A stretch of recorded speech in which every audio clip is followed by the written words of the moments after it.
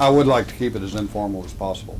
The purpose of this is to give you an insight, not to give me an insight into doing it.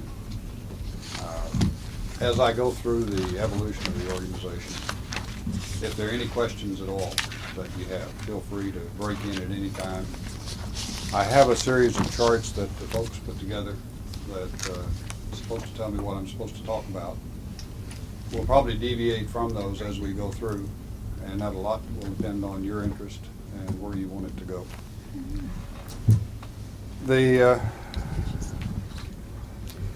First of all, I guess a little bit of who I am. I've been with the organization longer than anybody that's still around. I came into the organization about almost 30 years ago. Prior to that, I spent about 14 years doing other Air Force acquisition type jobs. So I've been with government now for 44 years, a while. So I've seen both the unclassified or so-called white world side of the acquisition process, and I've been involved with the black side or the covert side for most of my career. Needless to say, when I got into the organization and was first exposed to the overhead satellite reconnaissance program, it was a new adventure for me, and one which I certainly look forward to. I had spent a number of years working on some aircraft acquisition programs. I had started a few, been involved in the middle of a few, and had been involved at the end of one or two. When I got into this organization, my first 4 years,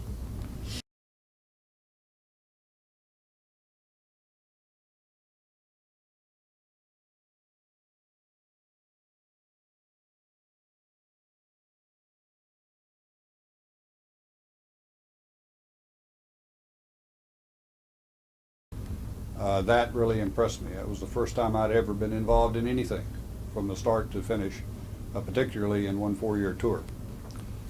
So I fell in love with the organization and have been with it ever since. So as we go through this, if you have any questions, just please do interrupt, and we'll talk about it to the degree you're interested. The concept of a national reconnaissance program got started in 1960. That followed a number of years of people looking at what was possible to do from space. RAND Corporation back in the early 50s conceived the idea of an orbiting satellite fundamentally carrying film that would image the Earth and relay that information back to, come on in and sit down, please. And relay that intelligence information back to Earth. That was followed in the mid-50s by the Air Force actually creating a program called the SAMOS program. The idea was to put a TV camera in space, essentially, and relay the information to the Earth in real time. Over the years, next couple of years, that proved to be a very tough problem, and they were not having a great deal of success in pursuing that. There was an alternate approach of putting a camera and film in space and bringing the film back after it was exposed. That was deemed to be a not as good a solution, but one that was closer to reality in terms of technical feasibility. So a program called Discover was started. That was the unclassified name for it, Discover. The classified name for that program was Corona. And that was to be an area surveillance camera system that would image large portions of the Earth and bring the film back.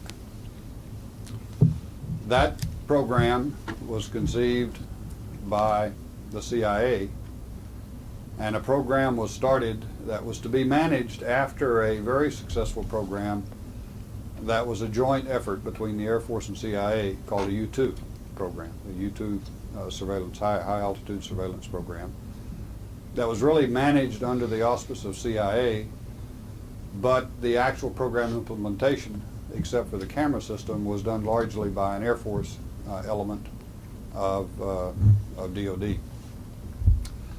That program had been very successful. And so the idea was we would set up a satellite program, the management of which would be patterned after the U-2 program. And so that's kind of what led up to where we're getting to now. The concept of the NRO, well, let me put in one more thing.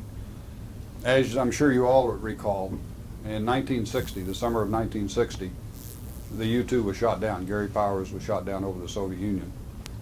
The timing of that was not very good, in that it happened just as a summit was about to begin in Paris. President Eisenhower was embarrassed, to say the least, over that incident. And one of the motivations behind the chart that you see here of having two statutory cabinet level officials essentially looking over this new program that was created was to provide a check and balance, to provide a system wherein the director of CIA, director of Central Intelligence, would be responsible for the tasking and for the priorities that were established, and the SecDef would be responsible for the implementation and the operational aspects of the program. There were a lot of debates, a lot of arguments about whether or not that was the right way to do it. But that was essentially one of the guiding principles that led to this rather strange organization called the National Reconnaissance Program. In the original, the idea was to take all elements of the U.S. government that were currently involved in satellite reconnaissance. The Air Force, as I indicated a minute ago, was involved in the development of a real-time photographic system called SAMOS. Later it became under the covert name called Gambit. The CIA was involved in the U-2 program, and that was followed on then about the same time by the initiation of the SR-71 program. At that time we didn't call it the SR-71, but that's what it led to. The CIA was also involved in the Corona program that I mentioned just a second ago. The unclassified name was Discover. At the same time, the Naval Research Lab had started a small SIGINT satellite program, and that first system actually launched in 1960 as well. So the decision was, we'll take all elements of the U.S. government that are involved in satellite reconnaissance, pull them together under one management structure. And over about the next 4 years, that management structure continued to evolve. It started out as essentially a DOD overhead reconnaissance program and a CIA overhead reconnaissance program, essentially co-equal. The President's Foreign Intelligence Advisory Board, the PIFIAB, was instrumental in both the initiation of the program as well as the evolution over these formative years. A fellow that was on the PIFIAB then, called Dr. Baker, was one of the architects of the system, and I've spoken to him a number of times about the thought processes that led up to the creation of this organization. The program was to be responsible for all denied area reconnaissance, whether aircraft or satellite. That concept continued up until actually the mid-70s. We gradually phased out all denied area overflight, aircraft overflight, The only one that continued into the 70s was the overflight of communist China.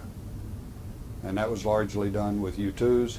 The SR-71 flew a few missions over China, largely operated by nationalist Chinese or Taiwanese pilots. And that was finally phased out in the mid-70s.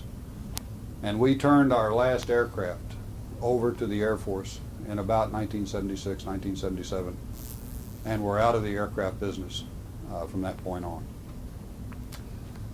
We got back into it a little bit in the late 80s, late 70s, early 80s, when Dr. Perry at that time was DDR&E. And he wanted us to again look at some drones and some of the special technologies that he was bringing along in the what later became the 117 and the B-2, the stealth aircraft. That really never developed into anything, and as you probably all know, they recently created the Defense Aircraft Reconnaissance Program, Airborne Reconnaissance Program.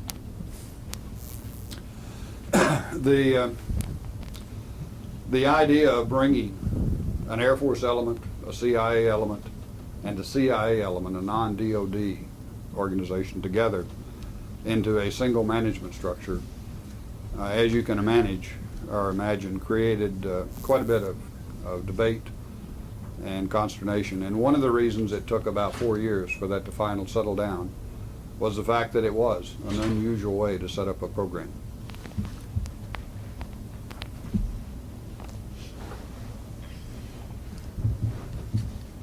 As this chart indicates, and you'll be, I guess you're going to talk later on about some of the legal aspects of how this evolved.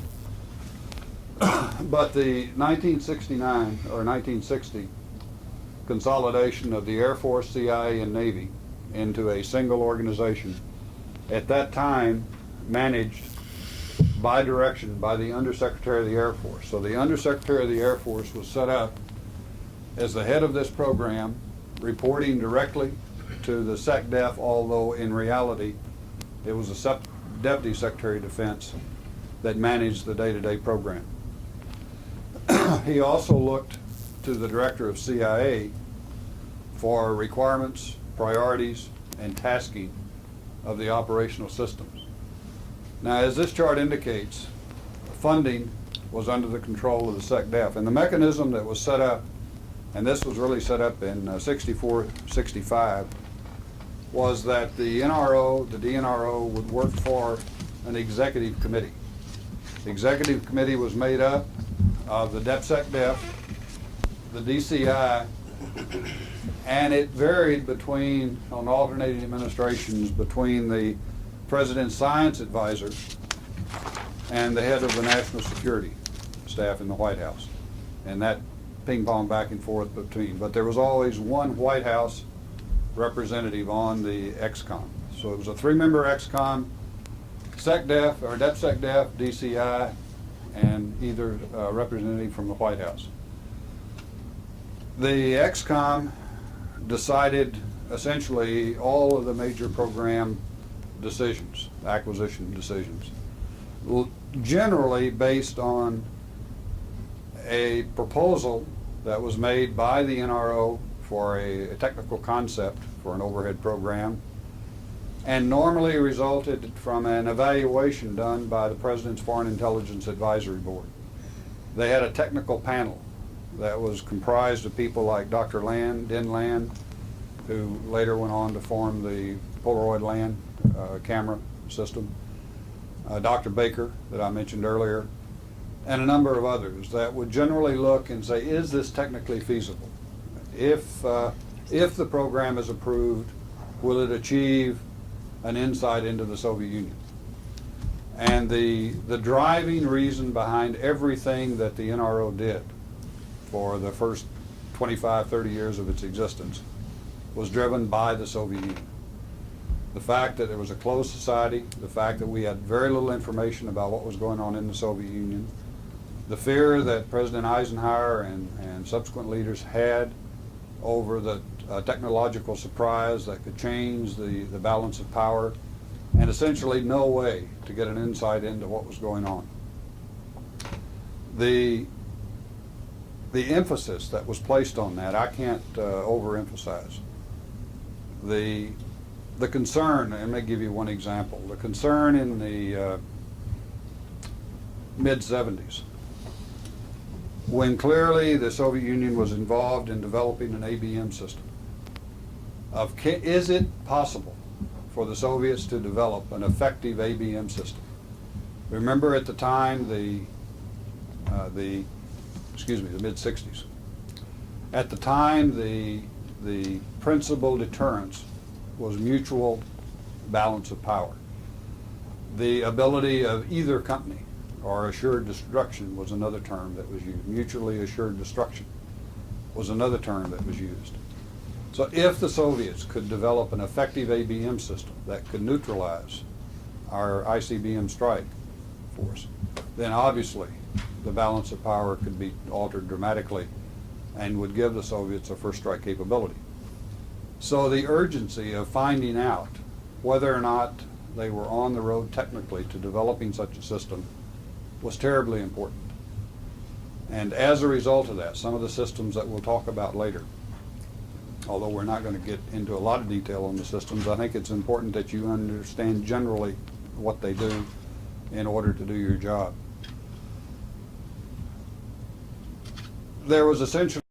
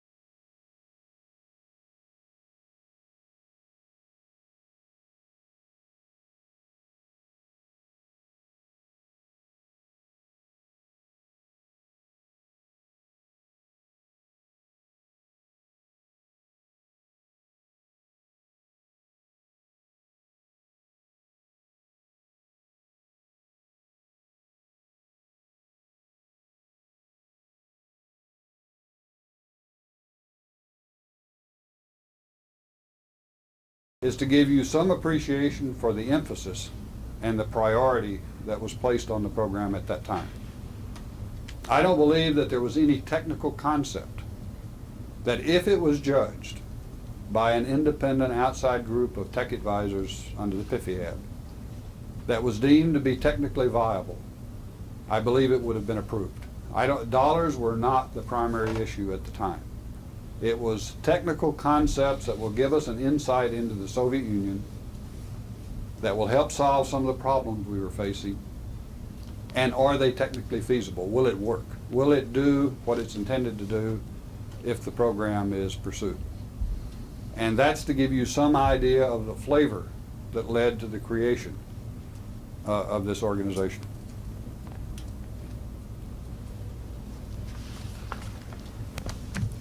From 1965, when the charter was finally agreed to, and we had a pretty firm management structure then for the NRO, under the XCOM, the auspices of this XCOM that I mentioned earlier, there really was no major change to that then until 1977. In 1977, when President Carter became president and brought in Admiral Stansfield Turner as the director of CIA, Admiral Turner insisted that, look, if I'm going to be the DCI, the head of this intelligence community, then I need to have control of the resources. And so prior to 1977, if this XCOM got together under the DepSecDef, and if they agreed on a program level, it was put into the DoD budget late in the process, and that was essentially it. The SecDef, if there was a disagreement, the disagreement was taken to the Secretary of Defense, and he would make the call. Obviously, the DCI always had the prerogative of going to the White House, to the President, but to my knowledge, never did. When the SecDef would generally make the call. In fact, in most cases, that was not necessary. I only recall of one or two where it had to go to the SecDef. The rest of them, the decision was made by the DepSecDef, and that was and the DCI. And if those two agreed, then it was pretty well a done deal. When Stansfield Turner came in, he said he wanted control of the budget. President Carter agreed with that, and an executive order was issued that transferred the financial control of the National Foreign Intelligence Program from the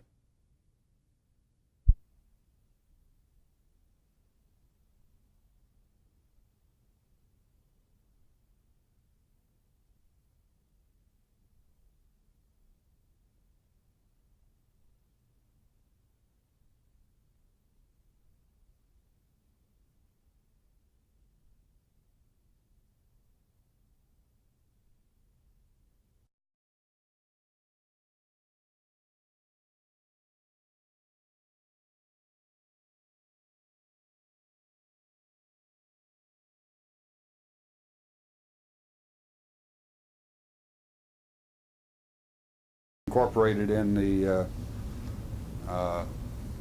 intelligence authorization or organizational bill, an amendment to the National Security Act that actually codified that in the law.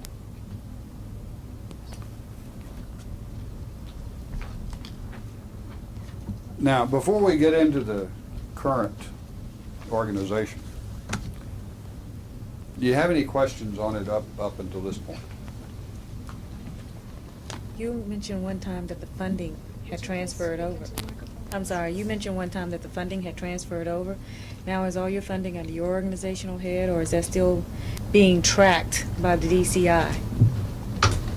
Is the funding under... Is the funding under your, you said it was centralized under one head, and I think that was under the DCI originally. Right. Is it still under the DCI? Yes, ma'am. Okay, that's what I wanted to make sure of. He still has the National Foreign Intelligence Program. Now, you know, one of the reasons Full and Exclusive was deleted is that the National Foreign Intelligence Program, 98% of the dollars, except for a few dollars in State Department, Energy, Interior, And that's just a few $1 million. 98 to 98% of the dollars that appear in the National Foreign Intelligence Program, which the DCI is ahead of, are in the defense budget. Okay. We're about a third. The whole CIAP, Central Intelligence Program, is in the defense budget, buried in the defense budget. The NSA and the DIA are, of course, in the defense budget. Right. Since they're part of the national security defense budget, which the SecDef is really responsible for at the bottom line, in reality, the DCI and the SecDef have to come to an agreement on the funding level because the bottom line isn't going to change. So if the NFIB under the DCI is going to go up, there's something in defense going to come down. Mm-hmm. And obviously, there has to be a meeting of the minds between the two. Technically, the issue can go to the president. Most DCIs have recognized that that's not a very smart thing to do. That, it behooves him to come to an agreement with the SecDef and not let the issue get up to the White House and OMB and everybody else that would be involved in it if it went to that level. There have been a few cases where it has come to the White House. Mm-hmm. But by and large, it's been an agreement that's struck between the SecDef and the DCI. Generally, in the Defense Department, you've had somebody at either the SecDef or the DepSecDef level who have had a very extensive interface or dealings with the intelligence community. Obviously, you've got Dr. Perry now. Dr. Perry has been involved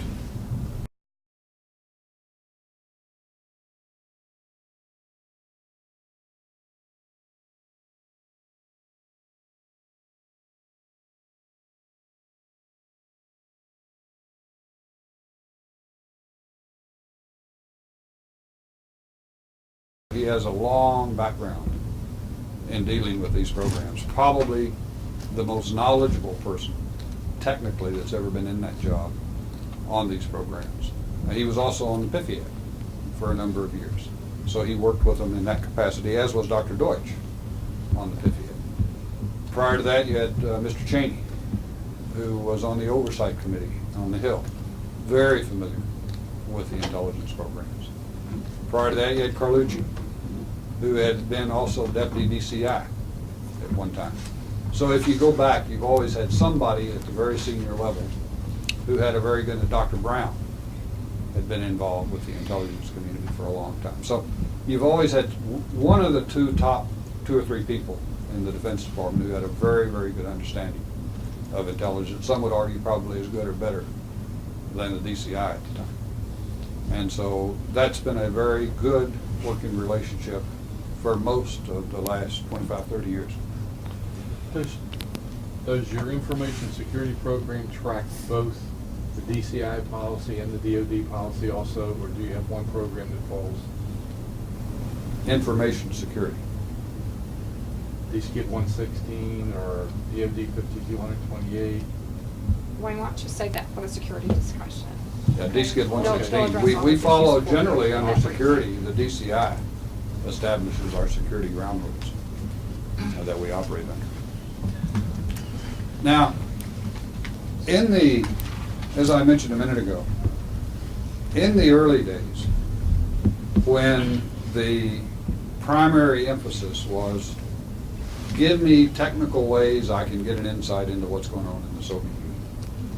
And as I mentioned in the SIGINT area, where you had really three different concepts that were different approaches to getting answers to the same type of problem.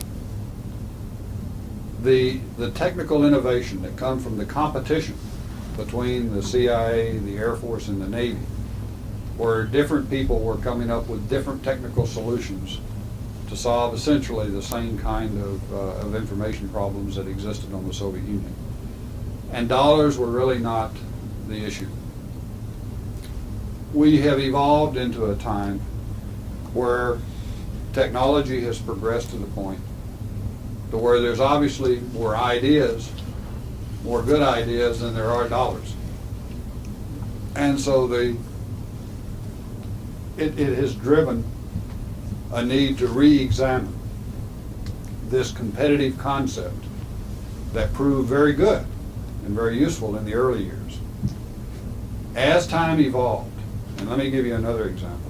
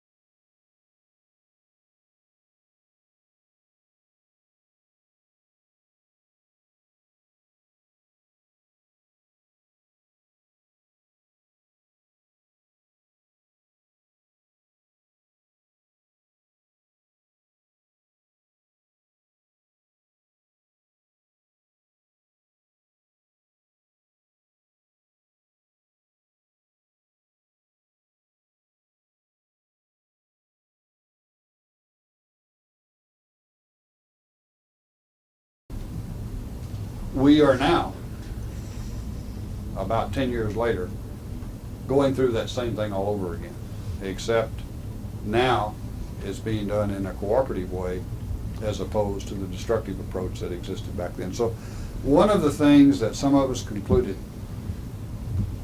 in the mid to late 80s is that while this competition between the CIA, the Air Force, and the Navy had been good in the early days, it had reached the point of being counterproductive and not good in today's world.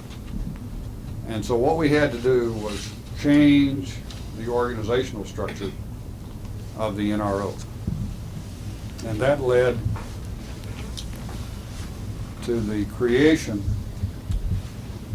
of having, rather than and forget about everything above this line for a minute, that rather than having a CIA program and an Air Force program, let's reorganize functionally.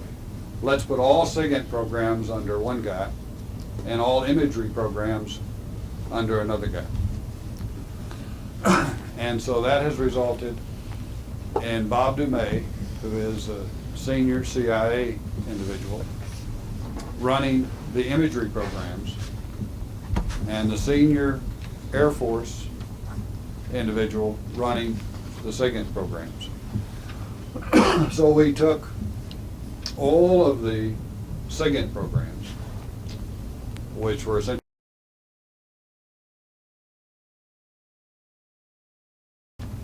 CIA people, Navy people, and Air Force people working for him. We took both imagery programs, one was Air Force, one was CIA, and we put them together under one guy. And as we'll talk about in a minute, that has enabled the consolidation of the programs that we now have underway. And this structure was implemented when? In about 1990. It evolved. The initial studies were done in the 88 timeframe. We had a number of outside panels that would come in, and it took a bit of doing. The original recommendation was to do this. The DCI said, well, he didn't think that was a very good idea. And so he said, okay, you can co-locate, but you'll still keep the CIA program and the Air Force program and the Navy program, but you'll just put them together in one location. Everybody that looked at that from an outside, the business leaders that we had from industry come in and look at this, and former military people looked at it and said, that doesn't make any sense. But it took about 4 years for that to finally get through all of the evolution to where finally we had a DCI and a SecDef that said, yep, go do it. And that was really Cheney and the DCI. Now, so we created the MN organization and the SIGINT. We also had evolved over the years a very, very significant communications organization, both terrestrial as well as in space.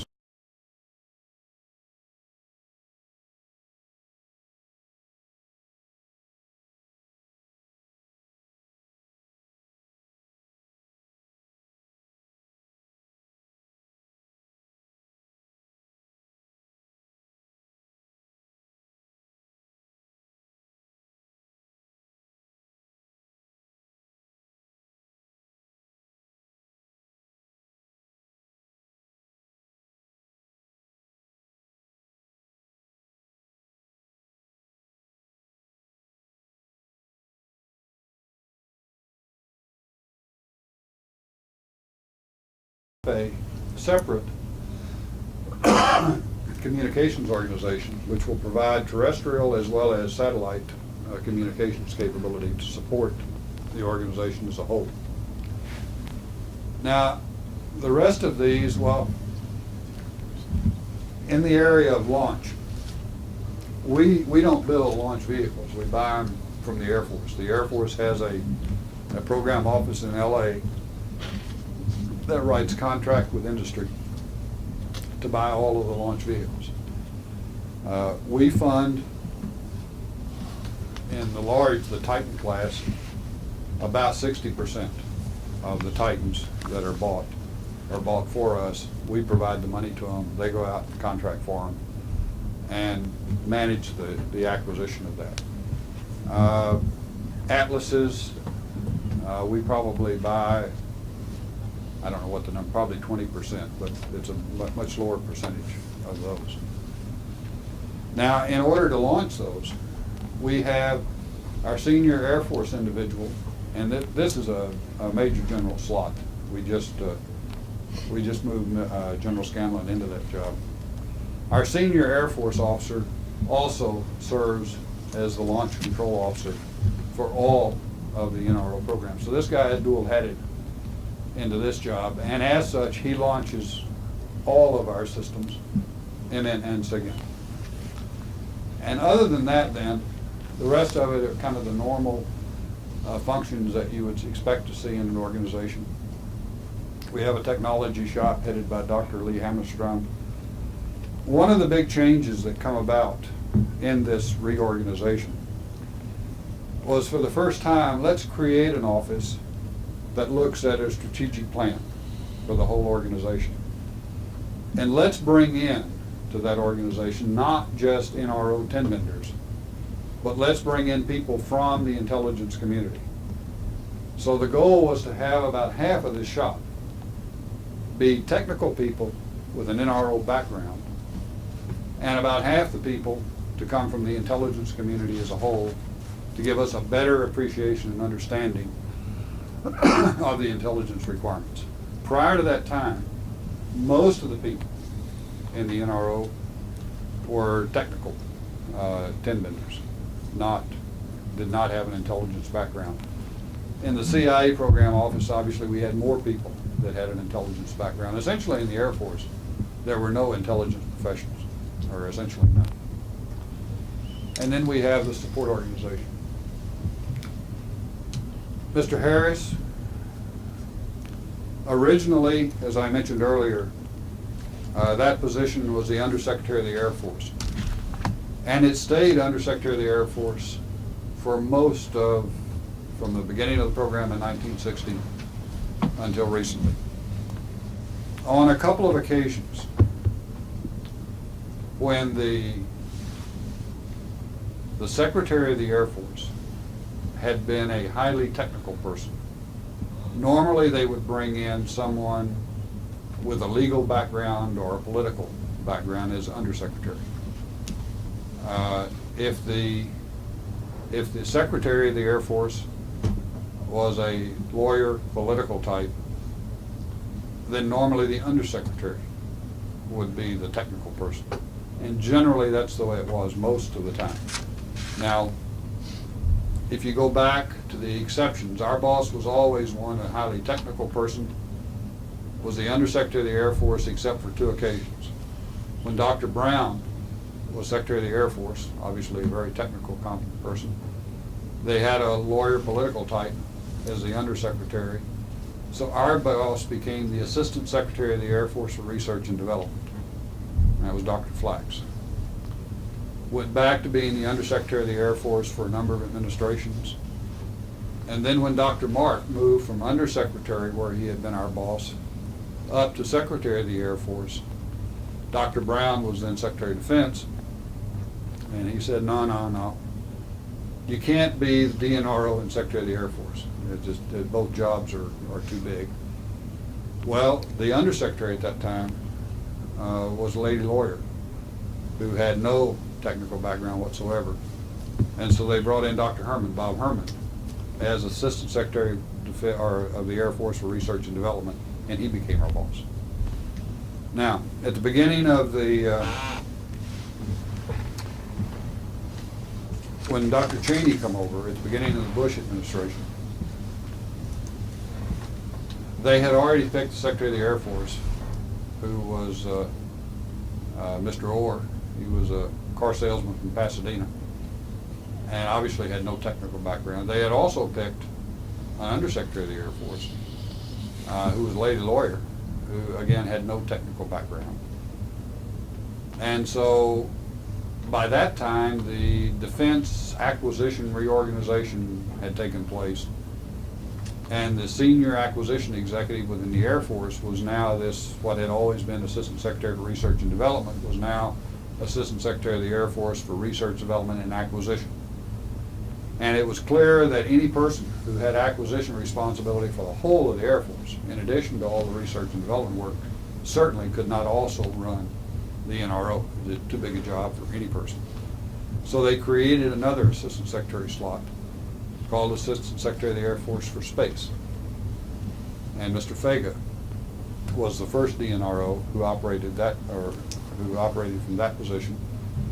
And now our current boss occupies that same position.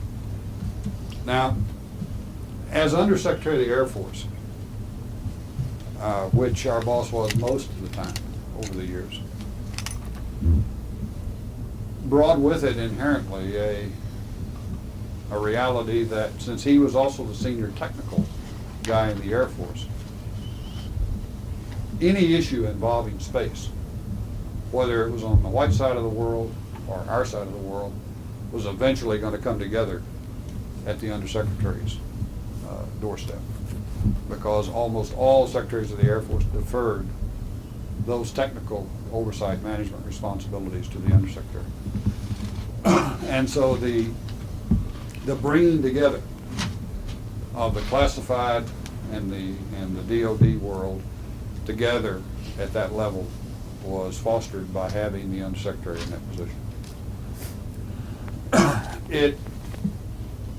The job that has now been created, Assistant Secretary of Space, Secretary of the Air Force for Space, has the intent of doing that same thing. Except in reality, he is not in the line management responsibility for the regular DoD space programs. And so the tight-knit reality of all coming together at that level is a little more of a problem today than it was when the boss was the Undersecretary of the Air Force. And one of the things that they're doing to look at correcting that is they're now working on this new joint space reconnaissance, what is it? Joint Space Management Board. Yeah, JSMB, Joint Space Management Board, which is, the charter is still being bandied around between the DCI and the DepSecDep. But the idea, again, is to have a more integrated DoD and intelligence space program.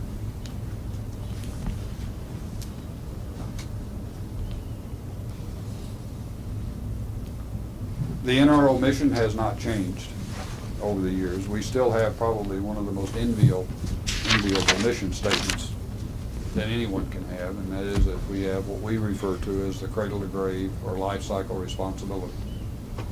We have responsibility for the research, the development of programs, building the programs, and flying the programs, operating the programs. That means an awful lot, and you'll spend a lot of time later on when you get into the contracts and the various management techniques that are used. That means an awful lot to us. If you talk to industry,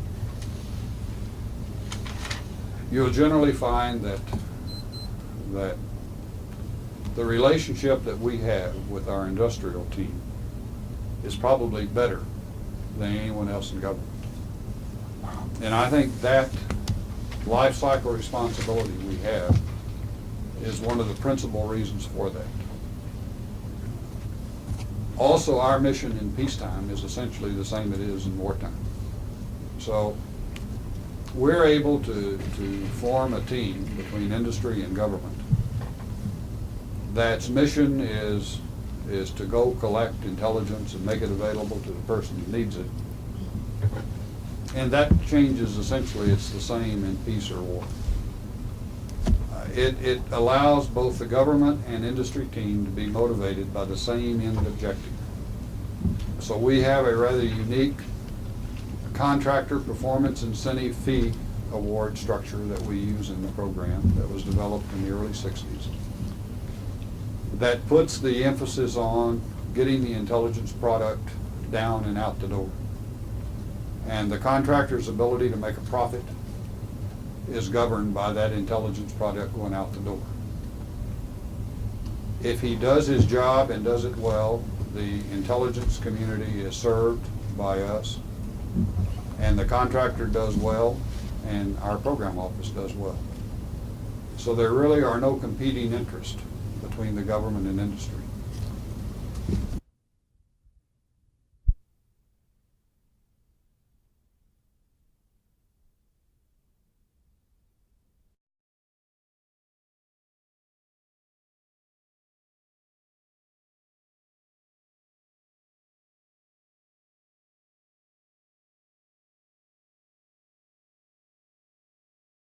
In ours, the basic concept that was come up with in the early 60s is let's keep the work statement as simple as possible. What we want is a picture or an intelligence signal out the door available to the intelligence community. Let's try to give the industrial team as much flexibility to make the trades anywhere in that system, whether it's in the satellite, in the communication system on the ground, or in the ground processing, to make those trades to get the product out the door. And with that as the primary driving consideration, it has enabled a very, very good working relationship to evolve between industry and government.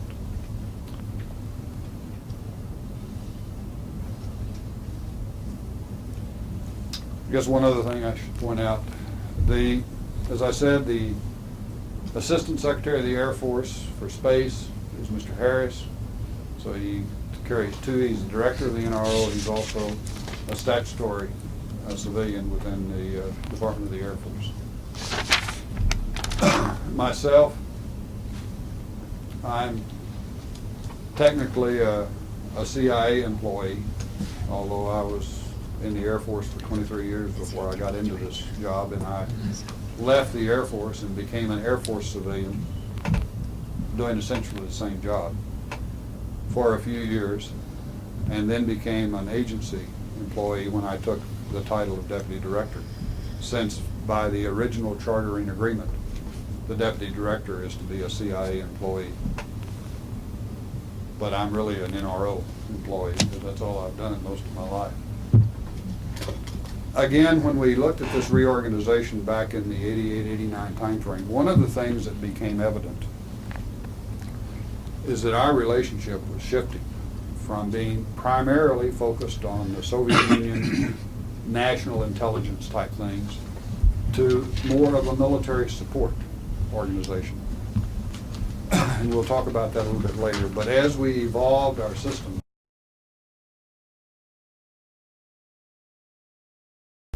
the ability of our system to support ongoing military operations changed dramatically.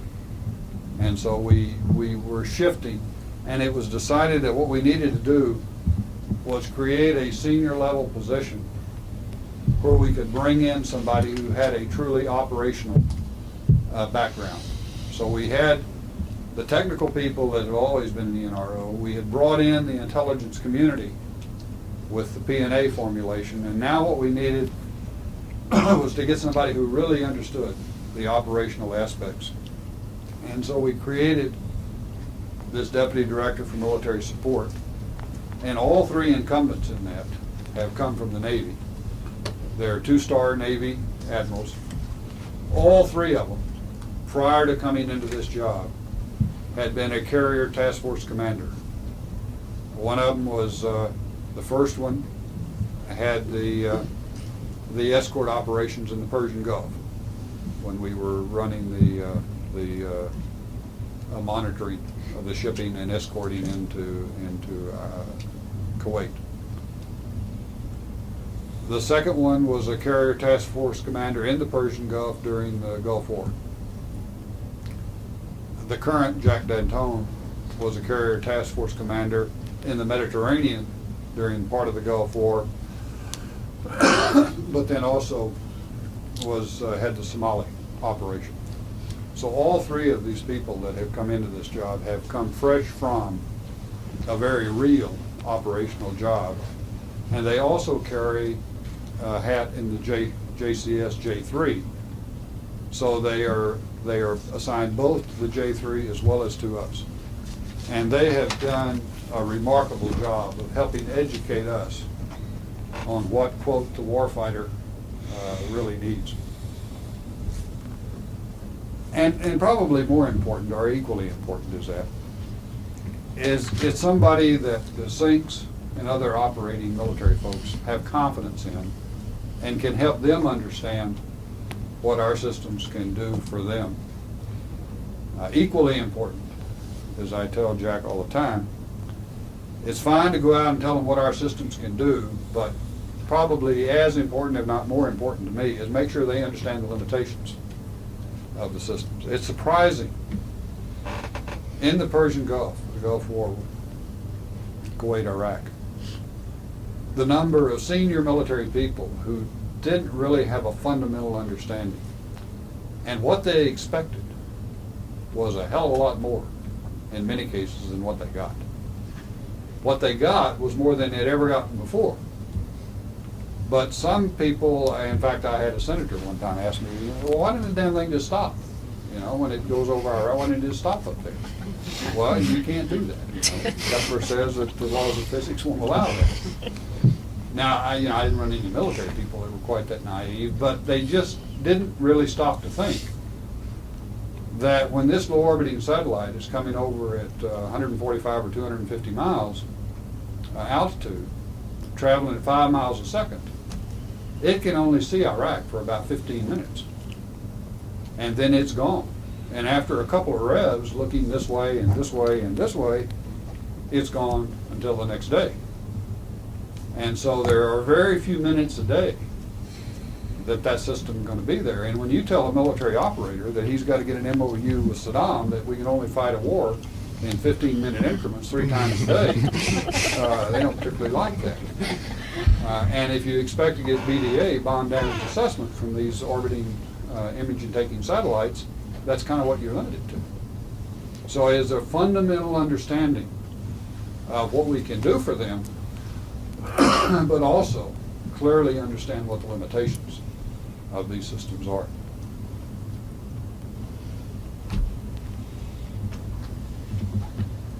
Do the priorities of the established by the DDMS or that individual's interaction with the organization affect in any way the priorities established by DCI?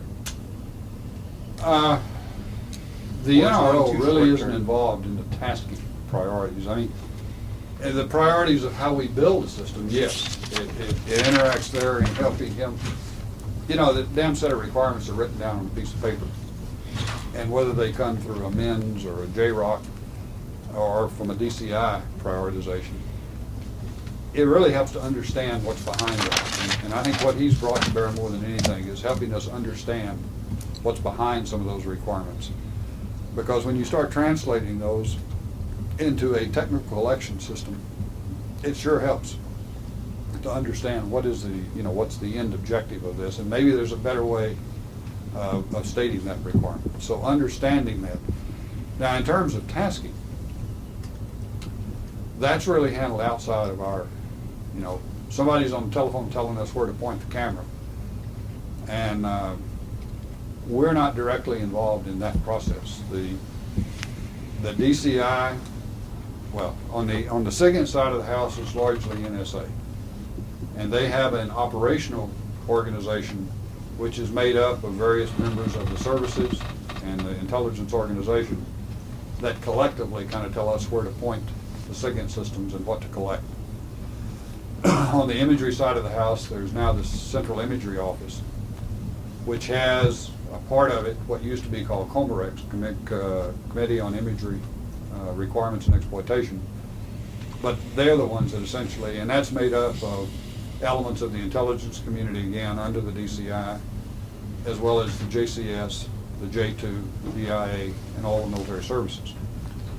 Now, at a DEFCON level 1, or when the DCI and the SecDef agree, who's on the other end of that telephone kind of changes from the DCI to the Secretary of Defense. Now, in Iraq, the day before the war started, the air war started, the DCI transferred tasking responsibility from himself to the SecDef. Now, none of the system changed. I mean, none of the people changed. It's just who had the ultimate authority to direct the allocation of resources.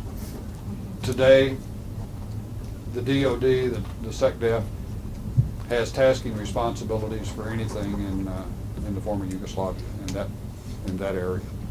So it's the JCS, the DIA, that really sort out the tasking priorities between the sinks for that part of the world, so that the assets are applied where they see fit.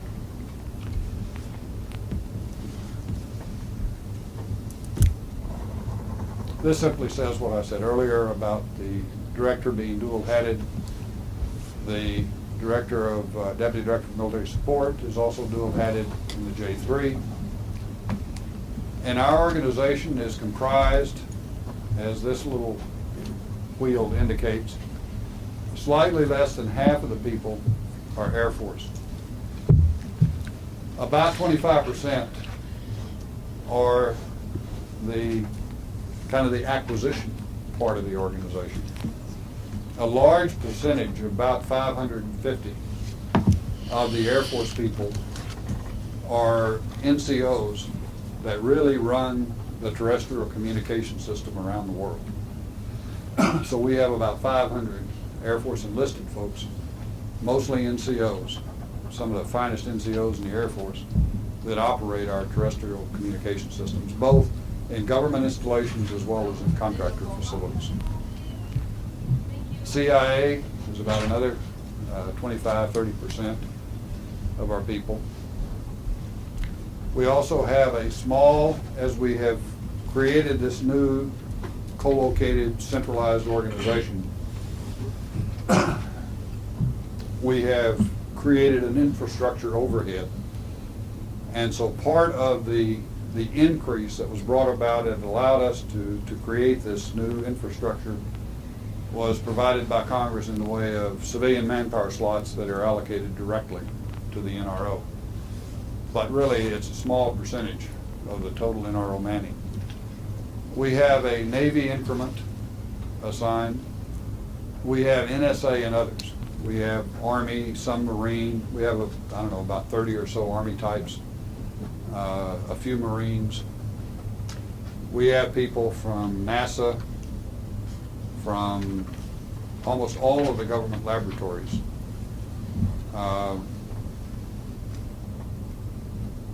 From all over, assigned to the organization, both in the plans and analysis area as well as in the technology office.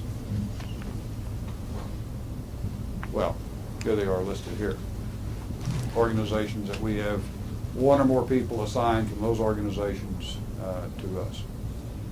What's also indicated in here is that under Jack D'Antone in the Ops Support Office, we have now put representatives at most of the major sinks to, again, help them understand the capabilities and limitations of these systems.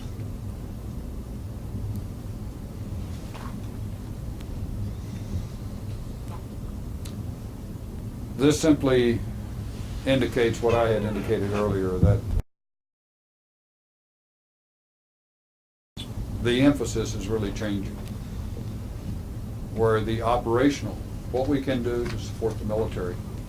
If I said that, prior to 1990, everything we had ever done was approved primarily based on what it could do in spying on the Soviet Union. Today, virtually anything we do to get through Congress and be funded by Congress is going to be predicated on what it does to support the operational forces. Now, we still do a lot of other things, but the primary emphasis is going to be what it does to support a downsized military force. Do you see that as creating a shift back towards being under SecDef? I don't know how that's going to evolve. I said a number of years ago with one of these outside study panels we had, I think it was, I don't know which one it was, but I made a comment that, in 1960 we created the National Reconnaissance Program, In 1980, we created the Defense Support Program Office, which was a defense program element that allowed the defense to add dollars to our program to meet specific, unique DoD requirements. I said, you know, we're probably evolving to the point where it's going to be a DRP, a Defense Reconnaissance Support Program, and a National Reconnaissance Support Program, because clearly the emphasis is going to be on DoD and what we do to support the, you know, when we go to the Hill now, one of the first questions out of their mouth is, you know, what do the Sinks think about this? The Goldwater Nichols, of course, coupled with this ship, has made a big change in that as well. And how all of that's going to sort out, it's not real clear. We are in the process now of changing the whole structure of the decision process.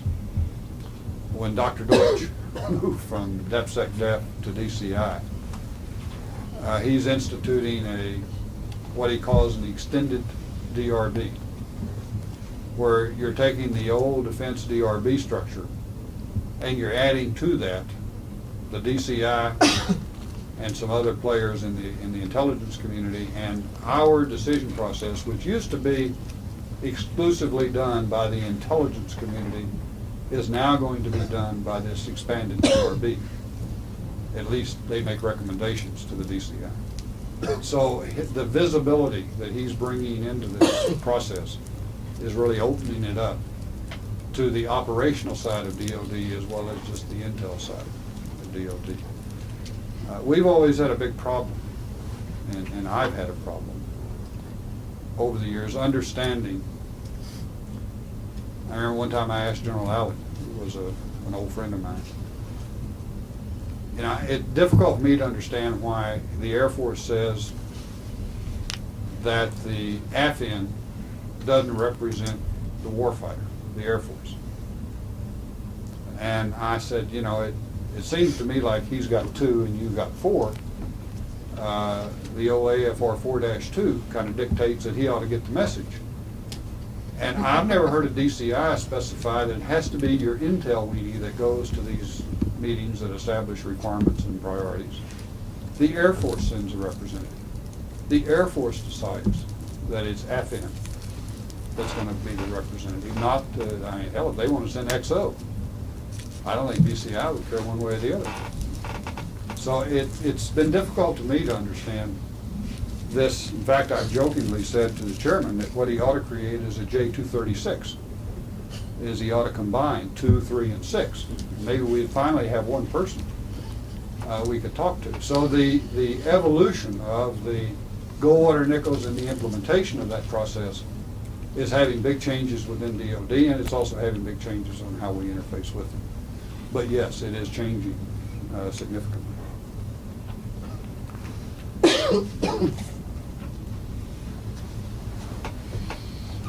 This is a busy chart, and really what it tries to say is that we get our requirements filtered through some functional management organizations, National Security Agency, Central Imaging Office, and the Central Mazen Office, which is part of DIA. They in turn get their requirements from the various users in the form of DoD as it amends. The DCI has its various guidance documents. We also have a number of XCOM boards, Military Intelligence Board, National Reconnaissance Review Board. These are all made up of the vice chairman is on 2 of these. The MIB has both the intelligence side of the house and the operator side of the house involved in that. The ICXCOM is made up largely of intelligence community principals, with the vice chairman as also a member. It's not clear how this is going to evolve with this expanded DRB that the President Director is now involved in. We also, of course, get a lot of feedback from the various exercises and simulations that we run, exercises we run with the military.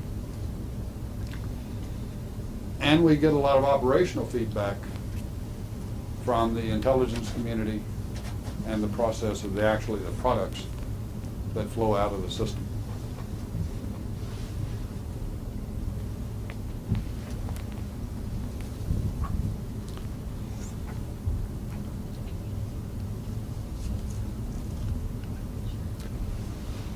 This talks about the evolution of the program.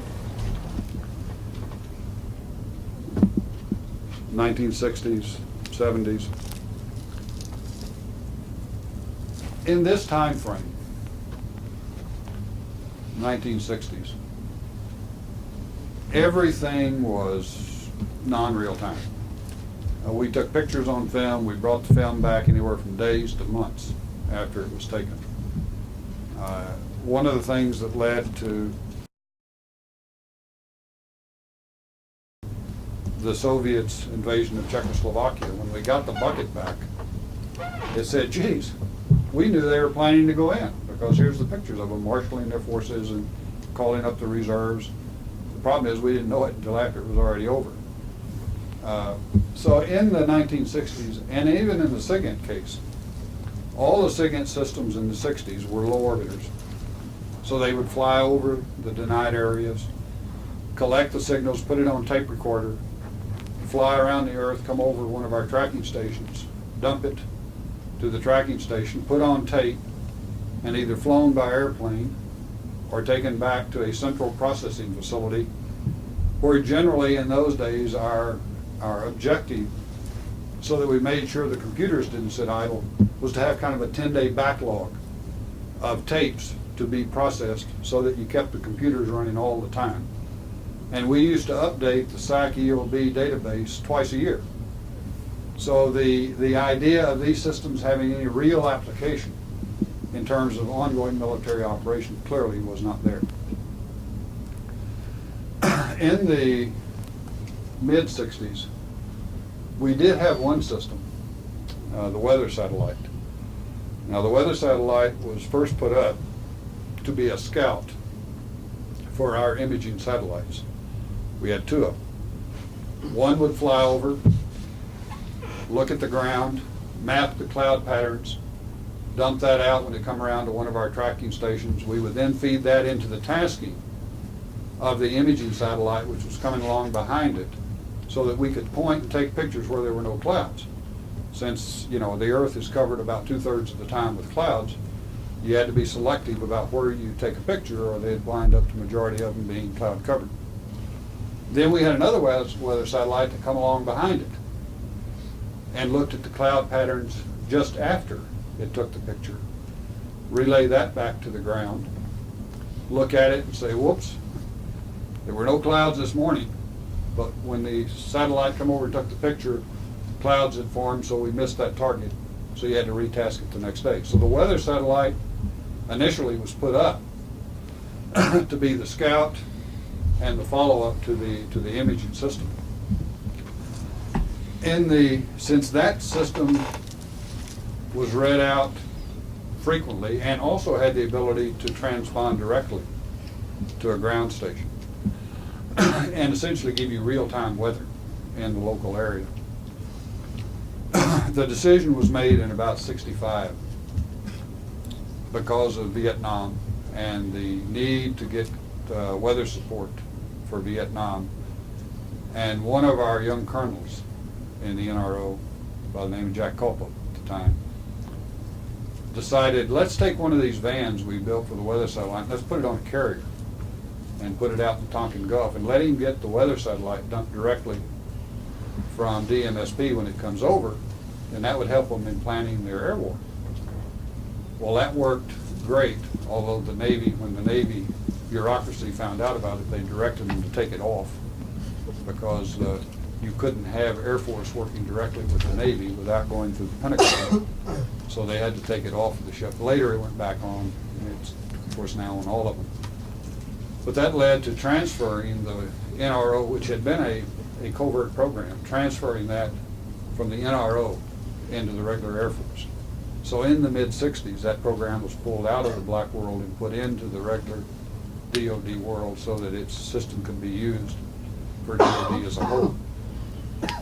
We were still the principal driver by having the weather satellite program through the 60s and the mid-70s, I'd say through the 70s, was driven by us.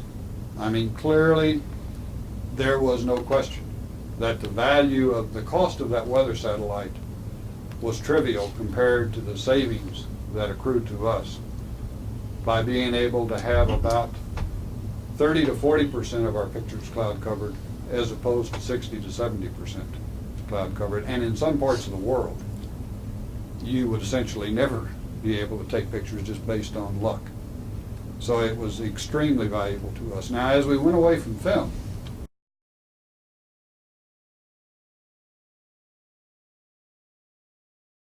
because once you exposed that film, it was gone. You couldn't reuse it. And so you had to be very, very careful of what you took a picture of.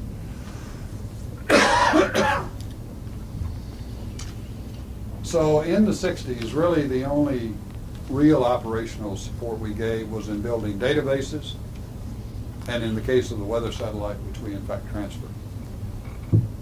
As we moved into the 70s, the early 70s, 1969, 1970,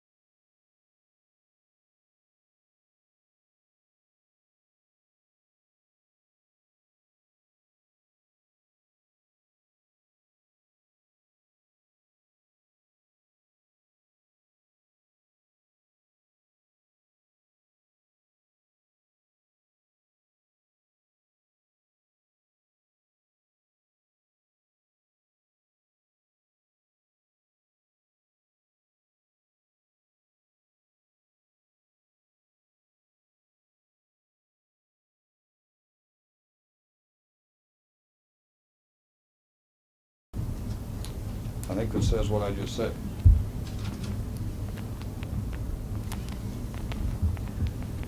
It's how we evolved in the 60s, 70s.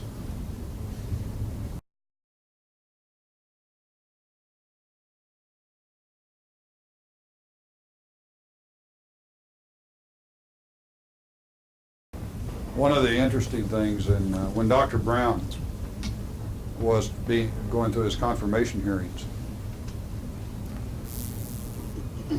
of course, he had had a long background of involvement with us. He was at DDR&E, Director of Research for Defense, when we got started. He was Secretary of the Air Force for a while and had an involvement with us there, and then, of course, later was Secretary of Defense. When he was going through his confirmation hearings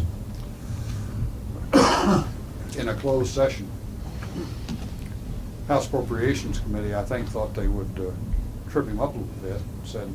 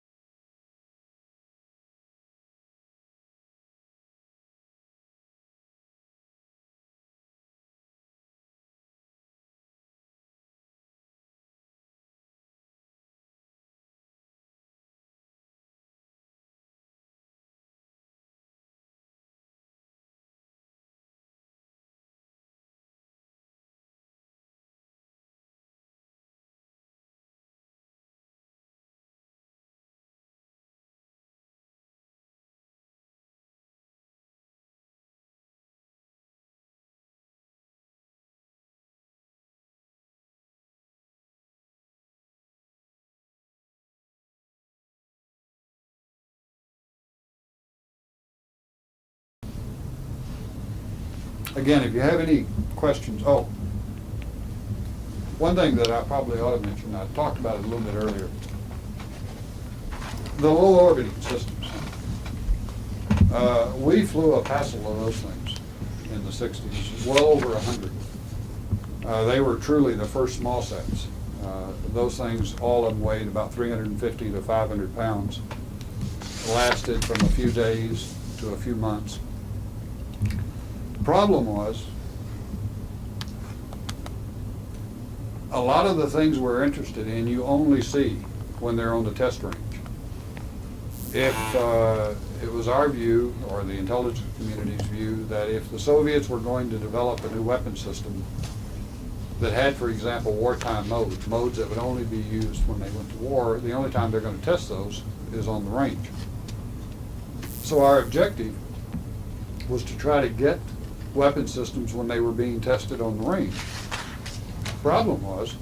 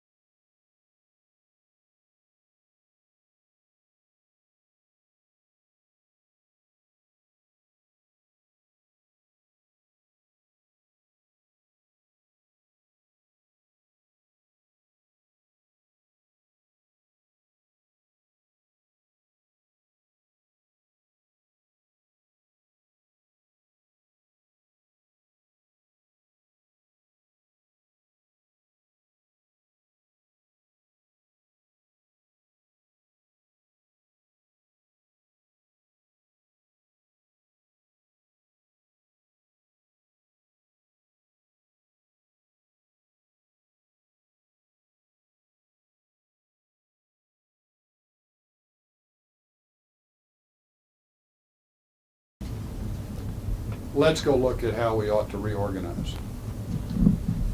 So they are the ones that first come up. We needed to establish a planning organization. We needed to develop a deputy director for military support, as I mentioned. NRO Security Center, we had always operated under this Air Force, Navy, CIA rubric where the Air Force, the Navy, and the CIA all were responsible for their security, for the security of our NRO programs. And so if you were operating at Lockheed, LMSC in California, and they had well, let me take TRW, because they in fact had all three. They were involved in the Navy program, the Air Force program, and the CIA program. If you had an employee that worked on a CIA NRO contract, he had one clearance process he had to go through. Now, he could go to work the next year. He worked on the CIA contract or subcontract.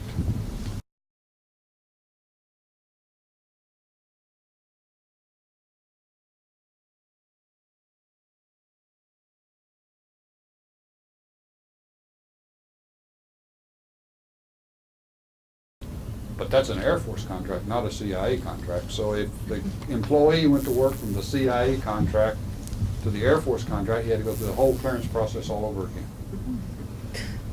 Then if he wanted to go to work on the Navy program, same thing. He had to go through that process all over again. One of the things that come out of this guy, Kelly, and we have been trying to do this for a long time.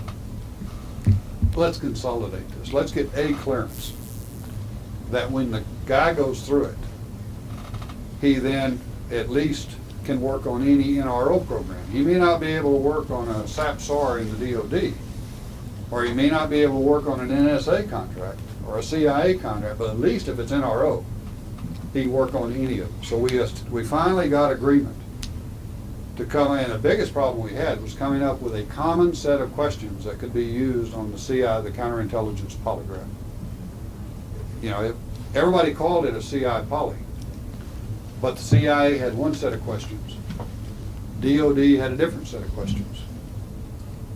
And neither one of them would accept the other.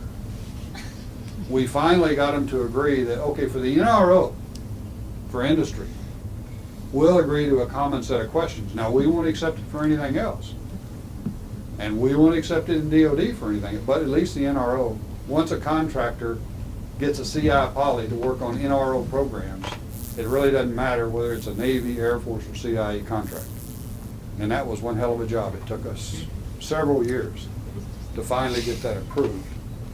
And when we did, we saved conservatively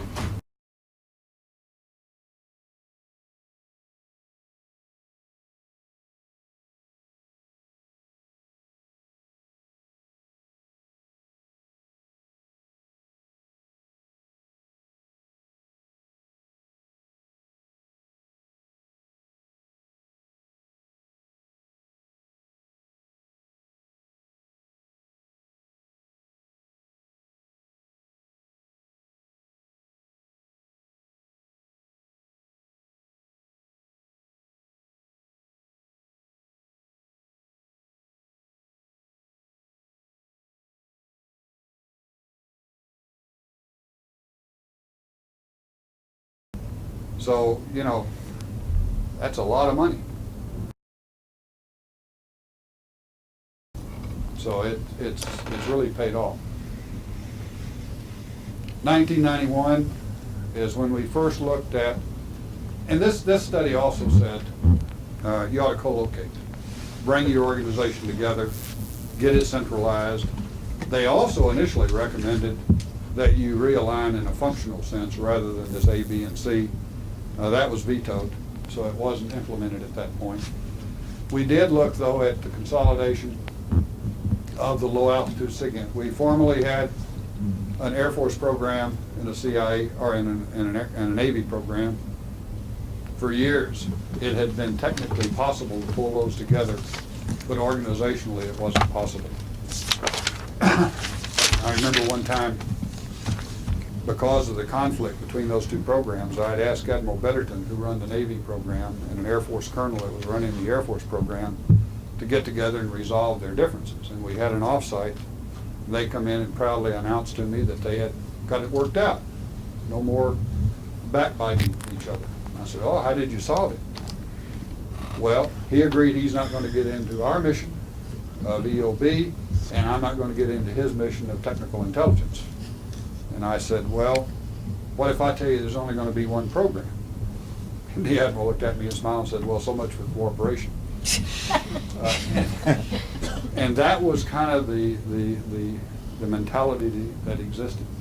This looked at consolidating those two programs. Mr. Furman was a former CEO of Lockheed Aircraft Corporation. He led a group of very senior non-government people. They had some retired military and others on that essentially re-looked at this. And once again said, you really got to get rid of the CIA, Navy, Air Force, organize in INTs. Once again, the DCI looked at that and said, no, we didn't like that. So it was not approved at that point. We then did a high altitude SIGINT program. Again, we were now co-located. The idea was to consolidate the three programs in the high altitude SIGINT arena into either one or two. And that was a question of what was affordable. We'll talk a little bit about that later. The Woolsey panel, this was subsequently was DCI, was asked to head a panel in 1992 for the DCI that said, given the changing world and given a finite resource level, what is the overhead program, if any, that is required if you look to the turn of the century? And so he convened this group of industry people. He had, I guess, 3 or 4 former 4-star military people on it. A lot of former government people, retired government people. Some members of the PIFIAD. And looked at the question of what kind of overhead program do we need as we move into the next century. And the question was, what is the minimum program that's required? And so they come up with a re-architected NRP, which we'll talk about in just a second, that kind of was their view of the minimum program that would be required as we move into the turn of the century. And oh, by the way,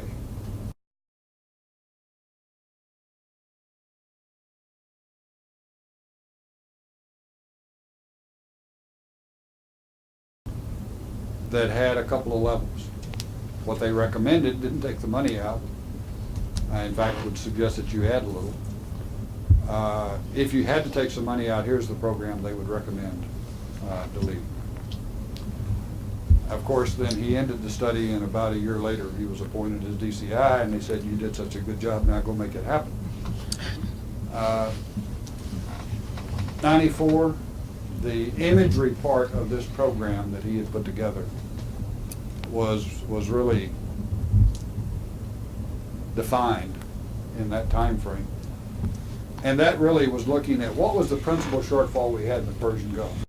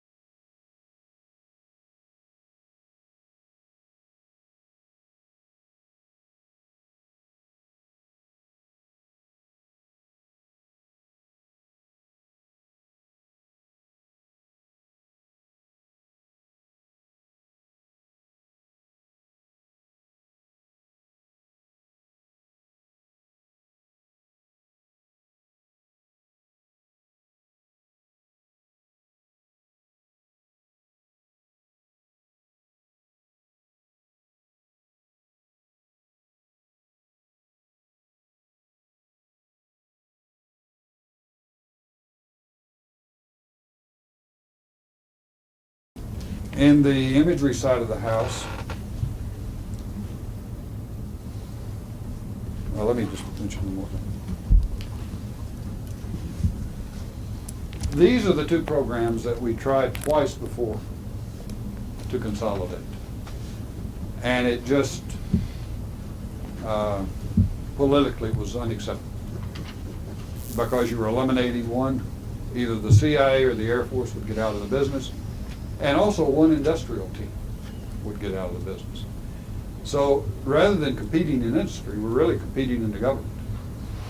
And this consolidation, finally when it was approved, is what has enabled us to now consolidate these two programs. And the big savings in this SIGINT program really comes out of reducing the industrial base. We're going to go from about 11 major contractors to 3 or 4. And that's a big deal, because almost any of these programs, over the continuing level, about the minimum number of contractors on any given team is probably around 250 to 300 people, kind of the minimum. That's when they're not building much hardware or any. It's the minimum you've got to have around. So if you can eliminate by consolidating, and particularly as satellites live longer, you know, when satellites lived 1 or 2 years and you were flying 3 or 4 of each kind, you were kind of cranking out a satellite about once a year. That's not too bad. This program was at a contractor that's the only program he had, and he was going to try to crank out one satellite about every 4 to 5 years. Terribly, terribly inefficient. So one of the things that come about by this consolidation was cutting down on the industrial base. We have fewer contractors involved, but the consolidation allows us to build more of one kind, even though they have more capability. On the imagery side of the house, it's somewhat the same story. Obviously, we're not getting rid of a program, because this one has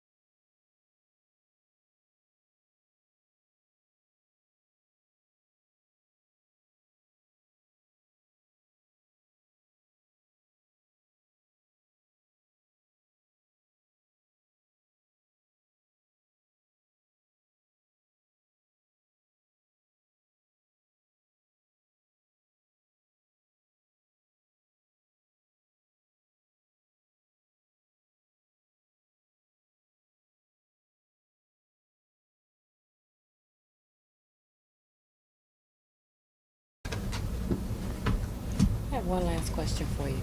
You were talking about you're going to be tasked more to support the operational side of the command now. Is that going to bring more of an influx or more support in from, let's say, the Army? Because I know they have a very small, from what I saw on your chart earlier, very small participation. It's about 30 people, I think you said you have on board here. About that. So do you see that you're going to see more push toward having more of defense activities or defense personnel involved, like the Army, more of the Marines? Well, of course, the majority of the people are defense now. Yeah, but as I was far thinking as- they're more Air Force and Navy, right? Right. At this point in time. Right. No, I really don't see, we'd be welcome to get them, of course, but the Army, I don't think is really, most of our people are involved in the technical building of the systems. Okay. I don't think the Army is really that interested in building They're satellites. more the users. But they're more.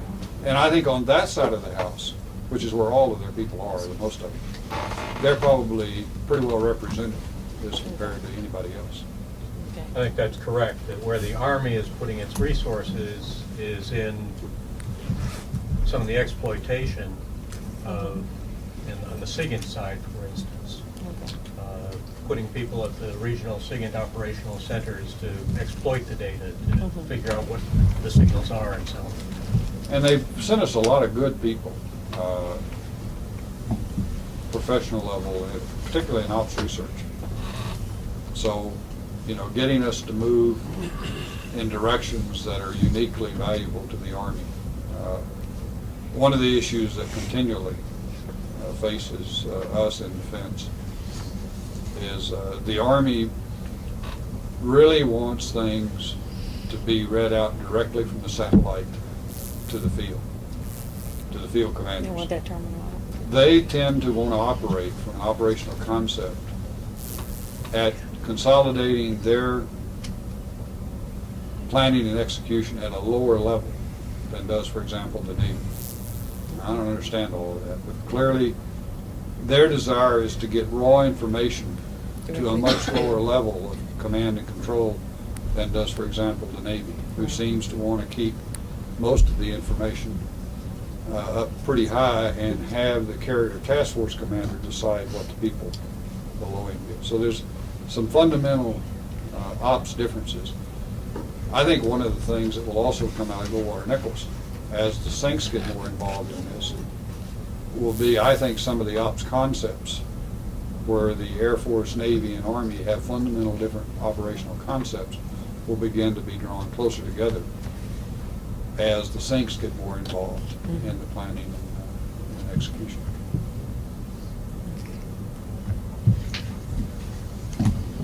Anything else? Well, as you go through your next several days of briefings, you're going to get the fire hose treatment from most of these. I would urge that if you have any questions after you get through these briefings or as you go through your inspection on why we do something the way we do it, don't hesitate to get word to me or come see me or whatever. I will make time because I'm very proud of what we do and how we do it. Obviously, I have a bias, I don't need to tell you that. But I think we have evolved for our unique job that we have to do, and it is unique. I've been asked, I don't know how many times over on the Hill when I've gone over with my boss, geez, if the damn system you guys use works so well for buying satellites, why don't you buy all your weapon systems like that? The streamline management and all that stuff. And the fact is, it won't work. If you're going to build a weapon system that you're going to build hundreds or thousands of, that have to be maintained by and operated by people with stripes on their arms who are trained by a training command and supported by a logistics system that has a provisioning for spare parts so that when it's deployed to Saudi Arabia, there's a parts pipeline that can keep it maintained with tech manuals to how to operate it and maintain it. That's a totally different system than what we do. And while I think the acquisition approach that we use is ideal for what we're doing, it is one of the best, it sure as hell doesn't have any application when you talk about normal weapon system acquisition programs. Fundamentally different. And I think as you go through your inspection, that's one of the main things you need to keep in mind, is that we do have a unique mission. And I think we have optimized what we do and the way we do it to that mission. And it does not apply to most DoD acquisition programs. Okay? Thank you much. Thank you very much. Thank you. We'll take a break, and then we're gonna meet again over in the auditorium. So if you want to follow me, I can show you where the